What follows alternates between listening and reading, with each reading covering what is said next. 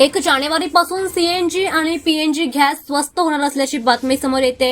नवीन वर्षाच्या सुरुवातीला सर्वसामान्यांना महागाईतून मोठा दिलासा मिळणार आहे।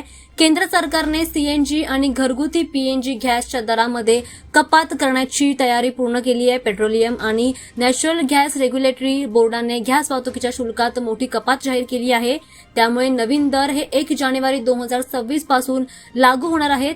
पीएनजीआरबीने घेतलेल्या निर्णयानुसार गॅस वाहतुकीसाठी आता युनिफाईड टॅरिफ प्रणाली लागू केली जाईल। त्यामुळे वाहतुकीचा खर्च कमी होऊन ग्राहकांना याचा चांगला फायदा होणार आहे। त्यामुळे सीएनजी प्रति किलो 1.25 ते 2.50 रुपयांपर्यंत स्वस्त होण्याची शक्यता आहे।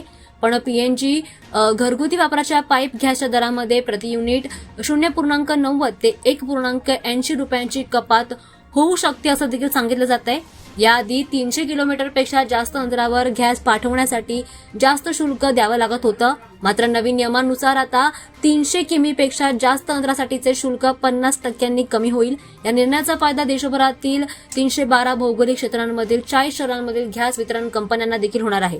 या निर्णयामुळे मुंबईतील महानगर गॅस तर दिल्लीतील इंद्रप्रस्थ गॅस आणि अदानी टोटल गॅस सारख्या कंपन्यांना याचा गॅस पुरवठा त्यांना स्वस्त होणार आहे। त्यामुळे याचा लाभ रिक्षा, टॅक्सी चालक, खासगी वाहन चालक आणि स्वयंपाकघरात पाईप गॅस वापरणाऱ्या गृहिणींना मिळणार आहे आणि सर्वसामान्यांना देखील याचा चांगलाच दिलासा मिळणार आहे।